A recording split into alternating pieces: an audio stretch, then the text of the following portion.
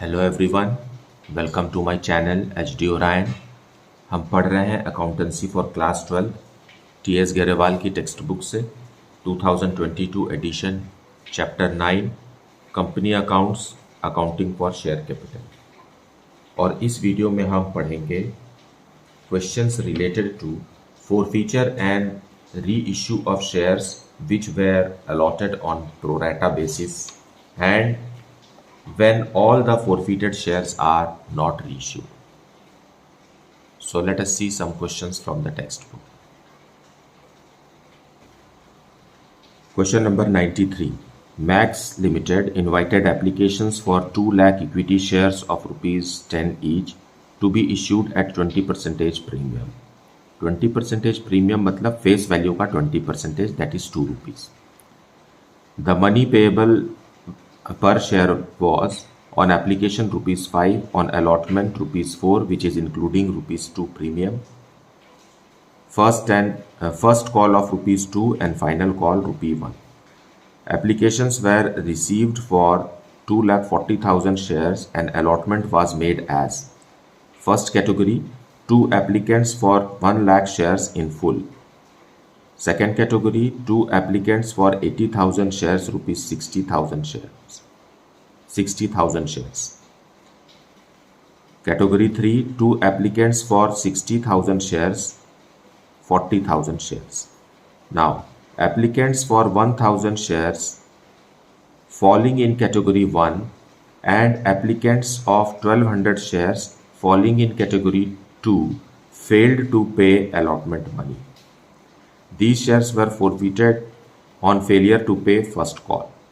Holder of 1,200 shares falling in category 3 failed to pay the first and final call, and these shares were forfeited after final call. 1,300 shares, which include 1,000 share of category 1 and 300 share of category 2, were reissued at rupees 8 per share as fully paid up. Journalize the above transaction, prepare cash book and balance sheet. So let us see the detailed explanation of the question in the solution. So solution 93, we have to prepare cash book. So cash book में सारे bank के transactions को हमें cash book में show करना है और बाकी जो ट्रांसफ़र और नॉन कैश ट्रांजैक्शन है उसे हम जर्नल में लिखेंगे. Now applications are received, so to share application account.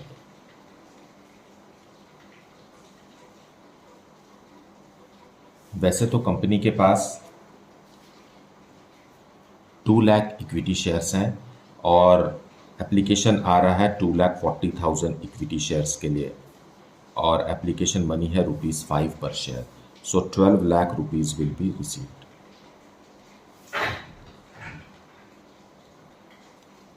Now अब हम ट्रांसफ़र करेंगे. So equity share application account debited. 12 lakh के बारे में ही हमें सब कुछ बताना है कि कहाँ गया ये पैसा. So to equity share capital account. 2 lakh shares का एप्लीकेशन मनी 5 रुपीज़ के हिसाब से 10 lakh rupees will be transferred to equity share capital account और बाकी जो पैसा है वो इक्विटी शेयर अलॉटमेंट के लिए यूज़ होगा क्योंकि 2,40,000 एप्लीकेशंस आए थे शेयर्स के लिए. सो 40,000 जो एक्स्ट्रा है it is transferred 2 lakh to allotment being amount transferred.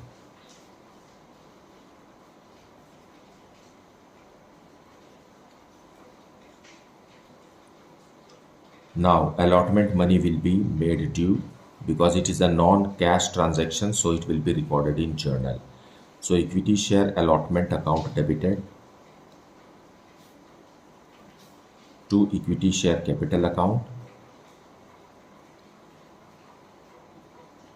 and to securities premium.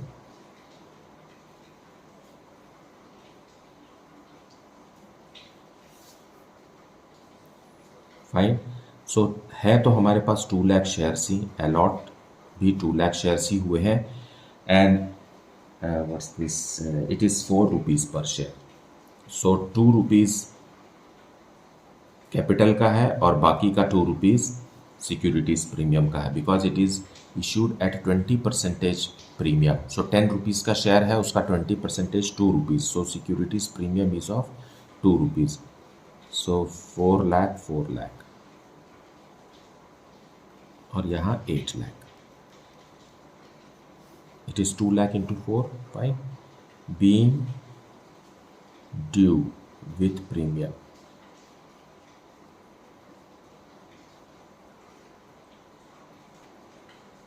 अब इस अमाउंट को 8 लाख रुपीज़ को कंपनी कैश बुक में रिसीव करेगी, क्योंकि क्वेश्चन में कैश बुक बनाने कहा है, जिसमें से 2 लाख रुपीज़ कंपनी के पास पहले से ही अलॉटमेंट का अवेलेबल है. So the company is expecting only ₹6 lakh from the investors. Fine. So let us go to cash book. But before that कुछ शेयर्स पर अमाउंट अलॉटमेंट का रिसीव नहीं हो रहा है. So when you read the question, यहाँ लिखा हुआ है कि applicants of 1000 shares in category 1. Fine. Category 1 का 1000 शेयर्स पर अमाउंट नहीं मिल रहा है. So what is category 1? Category 1 वो कैटेगरी है जिसमें 1 लाख शेयर अप्लाई हुए थे और उनको अलॉट भी पूरा 1 लाख हुआ था. फाइन. और इसी कैटेगरी में से, कैटेगरी 1 में से एक शेयर होल्डर है, मतलब एक ग्रुप ऑफ शेयर होल्डर्स हैं जिन्होंने 1000 शेयर्स के लिए अप्लाई किया था और उनको 1000 शेयर्स ही अलॉट हुआ है और ये अलॉटमेंट का पैसा नहीं दे रहे हैं. सो इस ग्रुप से तो वैसे भी कुछ भी एक्सेस एप्लीकेशन मनी नहीं है. फाइन. सो इन शेयर्स पर 4 रुपीज़ के हिसाब से 4000 रुपीज़ फर्स्ट कैटेगरी वालों का एरियर्स रहेगा. पूरा का पूरा 4000 एरियर्स रहेगा. वो इसलिए क्योंकि इनका कोई भी एक्सेस एप्लीकेशन नहीं है, तो एक्सेस एप्लीकेशन मनी भी नहीं है. एज ए रिज़ल्ट जो भी अमाउंट ड्यू है वो पूरा का पूरा इनका एरियर्स है. लेकिन एक और कैटेगरी है, कैटेगरी 2. कैटेगरी 2 में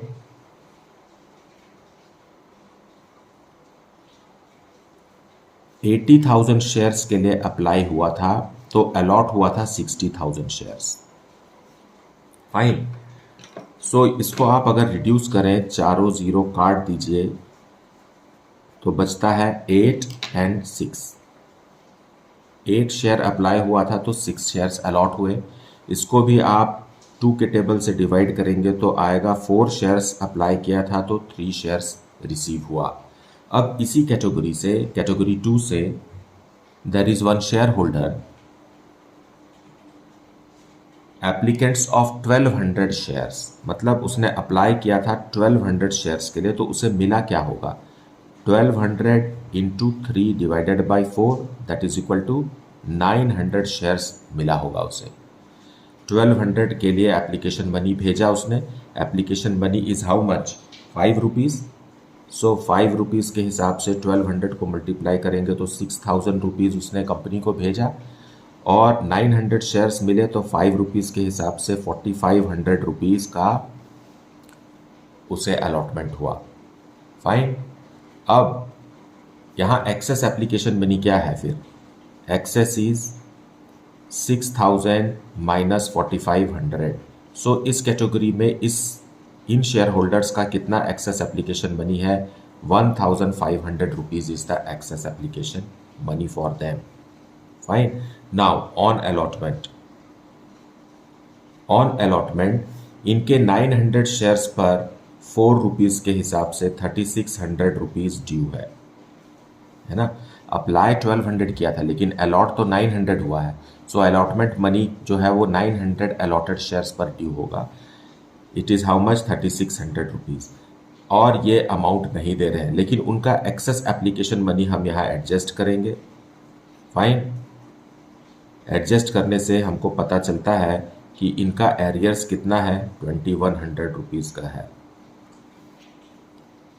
okay.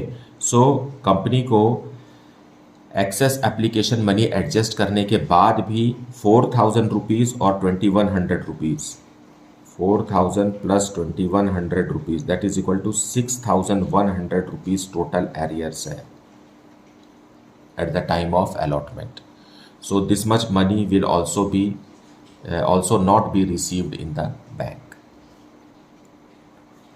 So to equity share allotment account,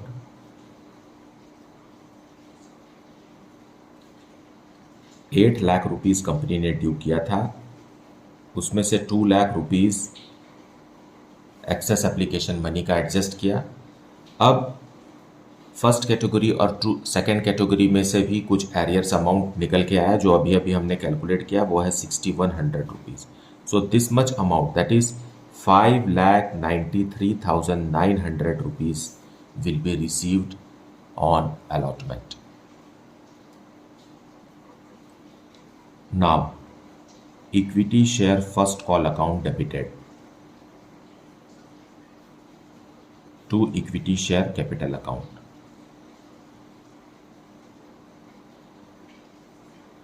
On 2,00,000 shares at the rate of ₹2 per share, first call is due. Amount is 4,00,000. 4,00,000 रुपए से first call due. Being first call money due.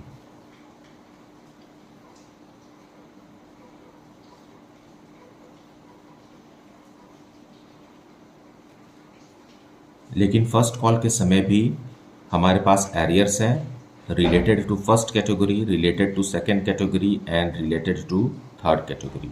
First category में 1,000 shares वालों ने भी पैसा नहीं दिया, fine, so it is. And second category में 900 शेयर्स पर पैसा नहीं मिला, और थर्ड कैटेगरी में 1,200 शेयर्स पर भी अमाउंट नहीं मिला, फाइन। ये तो पहले से ही डिफ़ॉल्ट करते रहे हैं, है ना, ये इन्होंने अलॉटमेंट का पैसा भी नहीं दिया है। अब फर्स्ट कॉल के समय भी इनसे पैसा नहीं मिला, लेकिन अभी एक और भी ग्रुप ऑफ इन्वेस्टर्स हैं जो थर्ड कैटेगरी को बिलोंग करते हैं, उन्होंने भी अपने 1,200 शेयर्स पर फर्स्ट कॉल का अमाउंट नहीं दिया। So what is the total arrears? 2,000 from first category, 1,800 from second category and 2,400 from third category. So it is 6,200 rupees arrears. और कोई भी एक्सेस एप्लीकेशन मनी भी नहीं है जो यहाँ एडजस्ट किया जा सके। सो ये शुद्ध अमाउंट जो है वो नहीं मिला है। 4,00,000 रुपीज़ में ये अमाउंट हमें लेस करके बैंक में लिखना है। To equity share first call,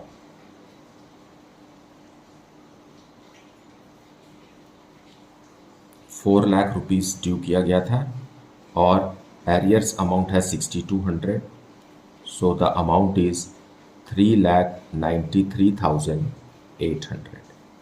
This much amount will be received in first call. Now category 1 and category 2 के डिफॉल्टर्स को फोरफीट करेंगे। उसके लिए करेंगे equity share capital account close करेंगे हम। दोनों मिला करके 1,900 शेयर्स हैं। सो 1,900 शेयर्स और फाइनल कॉल अभी तक नहीं हुआ है ₹1 का, मतलब 10 रुपये में से कंपनी 9 रुपीज़ कॉल्ड अप कर चुकी है। So as a result 17,100 rupees से equity share capital account close हो जाएगा। और सिक्योरिटीज़ प्रीमियम भी, सिक्योरिटीज़ प्रीमियम 1,900 शेयर्स पर ₹2, क्योंकि दोनों ही कैटेगरी 1 और 2 दोनों ने ही प्रीमियम का अमाउंट का एक भी रुपये नहीं दिया, इसलिए 3,800 रुपीज़ से ये भी क्लोज हो जाएगा। To equity share allotment account,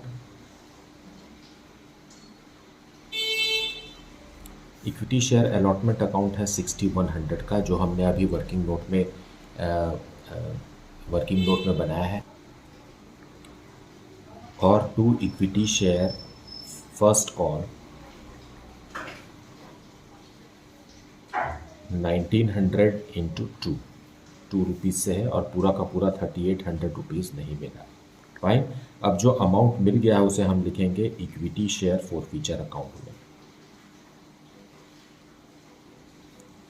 और इन दोनों को प्लस कीजिए और इन दोनों को माइनस करेंगे तो बैलेंसिंग अमाउंट आएगा ₹11,000। मतलब कंपनी ने 11,000 रुपीज़ कैटेगरी 1 और 2 दोनों का है, ये कैटेगरी 1 का भी है और कैटेगरी 2 का भी है, दोनों मिला करके कंपनी ने फोरफीट का ये अमाउंट है। तो कैटेगरी 1 वाले का के पास कितने शेयर्स हैं? 1,000 शेयर हैं और इसने सिर्फ एप्लीकेशन मनी 5 रुपीज़ दिया है, मतलब 5,000 तो कैटेगरी 1 का फोरफीट हुआ है। और सेकेंड कैटेगरी वाले का है, उसके पास कितने 900 शेयर्स हैं, लेकिन 1200 शेयर्स के लिए उसने अप्लाई किया था। 1200 शेयर्स पर उसने 5 रुपीज़ के हिसाब से 6,000 रुपीज़ पे किया है। इस तरीके से दोनों मिला करके कितना हो गया? 11,000 रुपीज़ हो गया, जो कंपनी ने फोरफीट किया है। फाइन। सो यहाँ तो कैटेगरी 1 में तो 100% अलॉटमेंट था, जिसने जितना मांगा उसको उतना कंपनी ने दिया था। लेकिन कैटेगरी 2 वाले में अलॉटेड नंबर ऑफ शेयर्स थे 900। सो ये जो 6,000 रुपीज़ फोरफीट हुआ है वो 900 शेयर्स पर है। इसका मतलब है कि पर शेयर 6.66 रुपीज़ फोरफीट हुए। और यहाँ पर तो इनके पास कितने हैं? 1,000 शेयर्स ही है कैटेगरी 1 का, तो इनका 5 रुपीज़ पर शेयर ही फोरफीट हुआ है। Fine. So being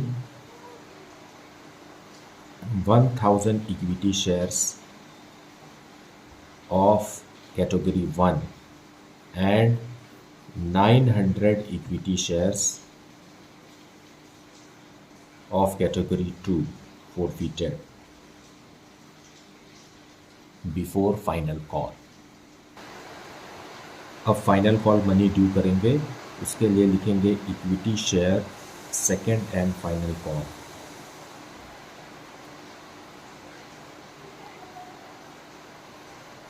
account debited to equity share capital account.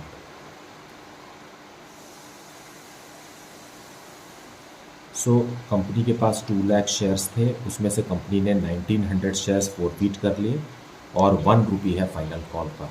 So the amount we will make due is 1,98,100।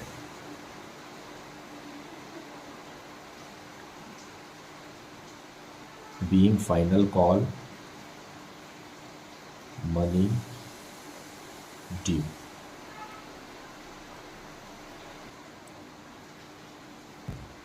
Now amount receive करेंगे कैश बुक में to equity shares second and final call. Fine. So अब हमारे पास कितना rupees आएगा? 1200 shares पर पैसे नहीं मिल रहे हैं। सो अमाउंट ड्यू हुआ था 198,100 शेयर्स पर और उसमें से 1200 शेयर्स पर अब अमाउंट नहीं मिल रहा है। So what will be the amount to receive? 1,96,900 rupees ही फाइनल कॉल का मिलेगा। अब अमाउंट नहीं मिलने के कारण थर्ड कैटेगरी वाले डिफ़ॉल्टिंग शेयर्स को भी कंपनी फोरफीट कर रही है। उसके लिए लिखेंगे equity share capital account debited, क्योंकि शेयर फोरफीट हो रहे हैं। कितने शेयर्स फोरफीट हो रहे हैं? 1200 शेयर्स फोरफीट हो रहे हैं और कंपनी पूरा 10 रुपीज़ मांग चुकी है। सो इट इज़ 12,000 रुपीज़ से शेयर कैपिटल अकाउंट कम हो जाएगा। लेकिन हमें यहाँ सिक्योरिटीज़ प्रीमियम रिजर्व को डेबिट नहीं करना है, क्योंकि अलॉटमेंट का पैसा इन शेयर्स पर मिल चुका है। फाइन। सो प्रीमियम मिल चुका है। For not receiving equity share first call amount. So 1200 shares पर फर्स्ट कॉल का अमाउंट था ₹2 पर शेयर। 2,400 रुपीज़ फर्स्ट कॉल का नहीं मिला है। And 2 equity share second and final call.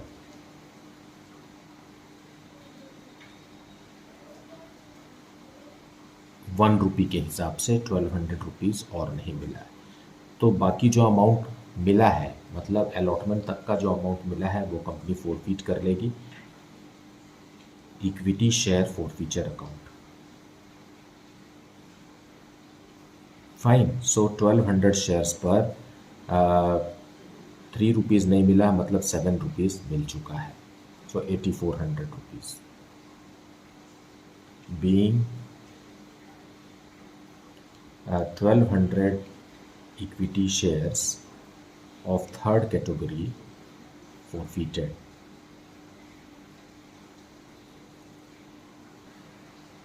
और अब इन फोरफिटेड शेयर्स में से व्हाट्स दैट 1000 कैटेगरी 1 का, 300 शेयर्स कैटेगरी 2 का वर इश्यूड री इशूड एट 8 रुपीज़ पर शेयर, मतलब 2 रुपीज़ डिस्काउंट का है।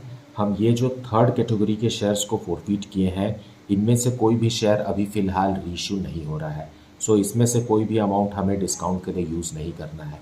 हमें फर्स्ट और सेकंड कैटेगरी के जो अमाउंट फोरफिट हुए हैं उसमें से री इशू के समय डिस्काउंट जो कि 2 रुपीज़ पर शेयर है, क्योंकि कंपनी 8 रुपीज़ पर शेयर में री इशू कर रही है और फुल्ली पेड अप मान रही है, तो बाकी का 2 रुपीज़ जो है वो डिस्काउंट है। सो फोरफिटेड अमाउंट देखते हैं क्या है। सो फर्स्ट और सेकंड कैटेगरी का फोरफिटेड अमाउंट पर शेयर है, फर्स्ट कैटेगरी का 5 रुपीज़ पर शेयर और सेकंड कैटेगरी का है 6.66 रुपीज़ पर शेयर। सो इनमें से 2 रुपीज़ हम डिस्काउंट का देंगे और बाकी जो अमाउंट बचेगा वो हम कैपिटल रिजर्व में ट्रांसफ़र करेंगे। सो रीइशू करने के लिए हमें कैश मिलेगा और उसे हम इक्विटी शेयर कैपिटल अकाउंट के नाम से हम कैश बुक में लिखेंगे। 1300 शेयर्स को 8 रुपीज़ कैश में पर शेयर कंपनी रीइशू कर रही है, दैट इज़ 10,400। और जो डिस्काउंट है उसे हम इक्विटी शेयर फोरफीचर अकाउंट से कवर करेंगे।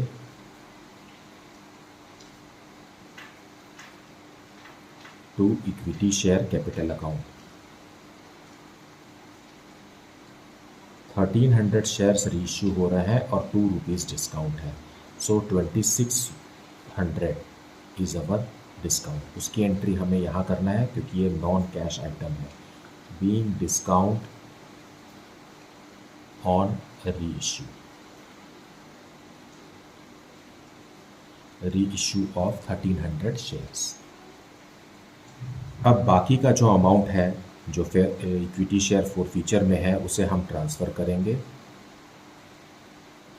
लेकिन सिर्फ कैटेगरी 1 और कैटेगरी 2 के अमाउंट को ही हम ट्रांसफ़र करेंगे, क्योंकि इन्हीं के शेयर्स को रीइशू किया गया है और उसमें भी कैटेगरी 2 के 300 शेयर्स को ही रीइशू किया गया है। सो इसे हम कैपिटल रिजर्व में ट्रांसफ़र करेंगे।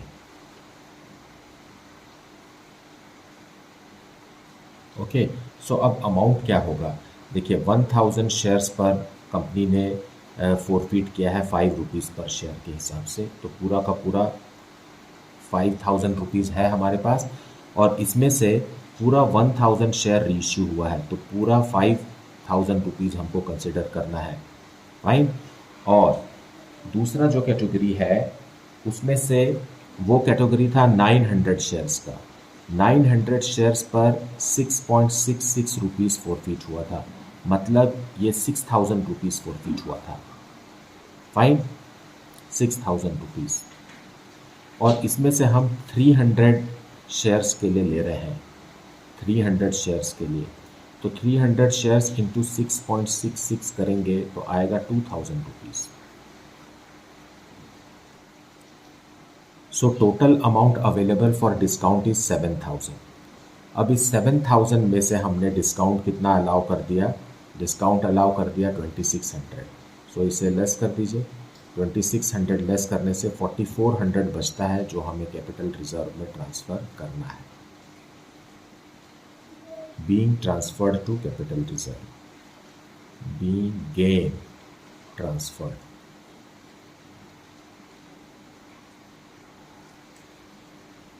फाइन, यहाँ पर तो आपको पूरा ही, ये फर्स्ट कैटेगरी की बात है और ये सेकंड कैटेगरी की बात है। फर्स्ट कैटेगरी का में तो आपको पूरा अमाउंट लेना पड़ेगा क्योंकि पूरे के पूरे शेयर फोरफिटेड शेयर रीइश्यू हो रहे हैं, लेकिन सेकंड कैटेगरी में 1/3 रीइश्यू हो रहा है, मतलब 900 का 1/3 300 ही रीइश्यू हो रहा है।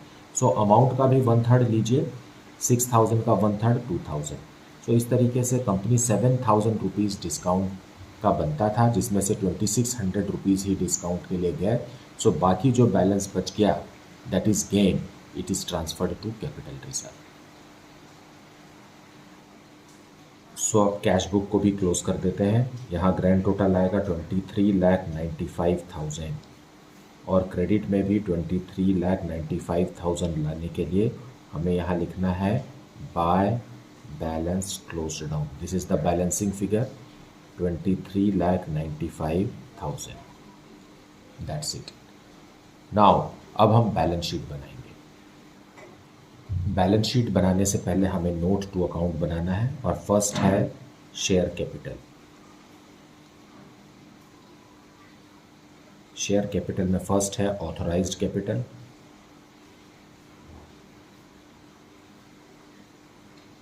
ऑथराइज्ड कैपिटल के बारे में कोई भी जानकारी नहीं है, सो हम इसे सिर्फ ऐसा ब्लॉक कर देंगे, इसे बैलेंस शीट में नहीं दिखाना है. देन इश्यूड कैपिटल है. इश्यूड कैपिटल में है 2 लाख इक्विटी शेयर्स.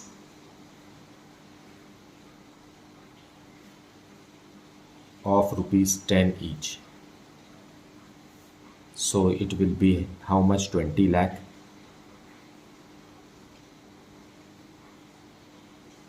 इसे भी हम ब्लॉक कर देंगे. देन थर्ड है सब्सक्राइब्ड कैपिटल.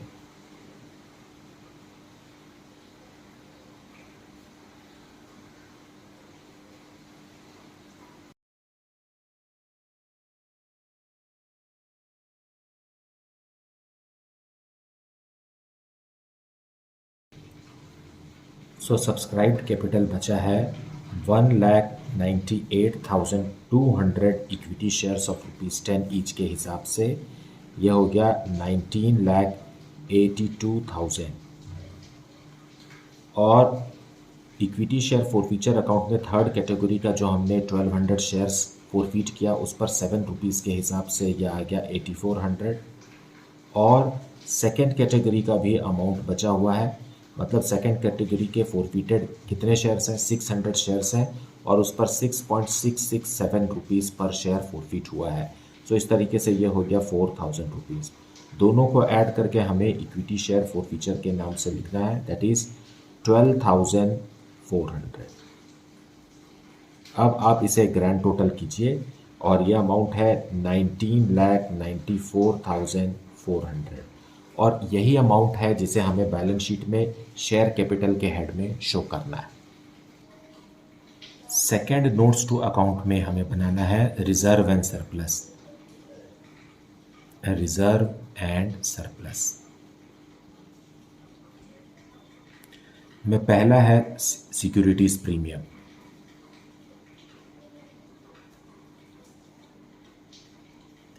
सिक्योरिटीज प्रीमियम के में हमें यह है कि 2 लाख इक्विटी शेयर्स पर ₹2 पर शेयर के हिसाब से 4 लाख रुपीस से सिक्योरिटीज प्रीमियम जो है वो क्रेडिट हुआ था. लेकिन हमने शेयर्स को फॉरफीट भी किया. फॉरफीट कितने शेयर्स किए? माइनस फॉरफीचर है ना. फॉरफीचर के समय में 1900 शेयर्स पर ₹2 के हिसाब से ₹3,800 कैंसिल हो गया. So as a result securities premium का आएगा ₹3,96,200. और साथ में कैपिटल रिजर्व भी है. कैपिटल रिजर्व भी रिजर्व एंड सरप्लस में शो होता है, जो कि है 4,400. इस तरीके से सिक्योरिटीज प्रीमियम और कैपिटल रिजर्व मिला करके रिजर्व एंड सरप्लस बनेगा 4,06,000. सो यही अमाउंट हमें रिजर्व एंड सरप्लस में शो करना है. अब थर्ड नोट्स टू अकाउंट बनेगा cash and cash equivalent. Cash and cash equivalent में हमें शो करना है कैश एट बैंक.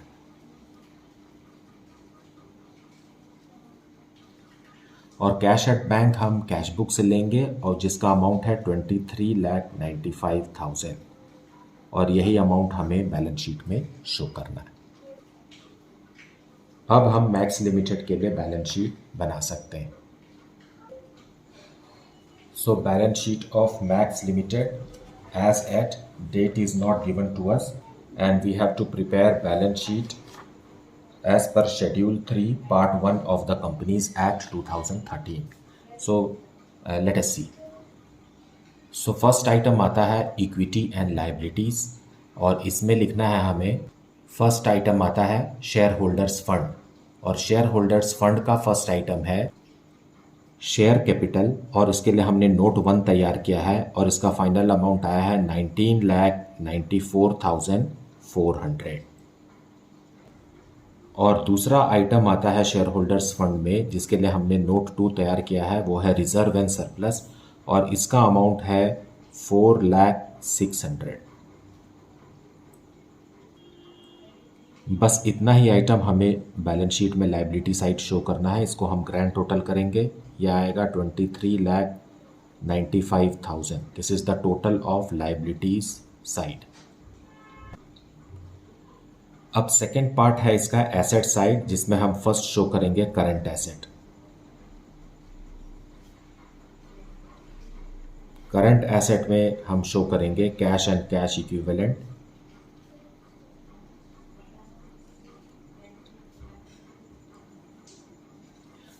इसके लिए हमने नोट 3 बनाया था। ये कैश बुक का बैलेंस हमें लिखना है यहाँ 23,95,000। एसेट साइड में हमें बस इतना ही शो करना है। इस तरीके से हमारा एसेट साइड का भी टोटल उतना ही आ रहा है जितना लायबिलिटी साइड का है, और ये हुआ total. This is the balance sheet of Max limited as asked in the question. मुझे उम्मीद है आपने वीडियो को पूरा अच्छे से देखा है और एक्सप्लेनेशन को भी अच्छे से सुना है। अगर इसके बावजूद भी अगर आपको कुछ डाउट है, then please put it in the comment section. Thank you so much for liking, subscribing and sharing the channel. And if you have not yet, then please do like it, subscribe it and share it with your friends. Thank you so much for watching this channel.